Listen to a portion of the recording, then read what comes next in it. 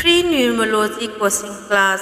Free Numerology Training Course, Numerology Subject की Free Coaching Class Training Course.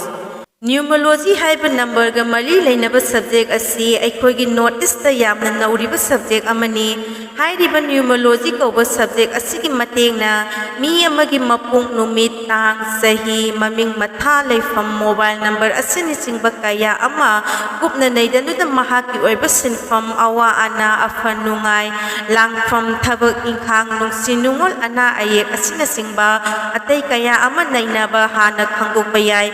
number हाइबसी अखोइना हेक्ता इराय लाइना लौबा यादे अदुगा English की alphabet letter अमदी numbers का अखोइगा पुन्ना लाइनरिबा अफफता मरी अदु खंगदोकपा चंगे मरम अदुना न्यूमरोलॉजी हाइबा सब्जेक्ट असि नोटिस ता अहानबगी ओइना सांगलबा सही कयागी ममांगदगी हौजिक फावबा लेमना तबिदुना सब्जेक्ट असि मिपुंग खुंदिमंगना खंगननबा हाइननबा हाइदुना संदोकपा ओइना सेल अमतन लौदुना लेमना ताकपि तबिदुना लाक्चरे सब्जेक्ट असि अखोइ खुदिमंगना सन खंबा मथौ ताबना मखा ताना हौजिकसु मयामबु लेमना तंबगी खुदोंग चाबा पिजरे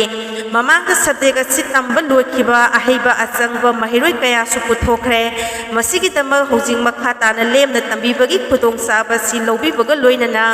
मसिदा हेना थवाय यावबा पामजबा तमनिंगबा कांगुना अथुबदा फ्री न्यूमरोलॉजी कोचिंग क्लास असि यावनबगी दमक मखागी कांटेक्ट नंबर असिदा पाउ फौबिरकबा यागनी।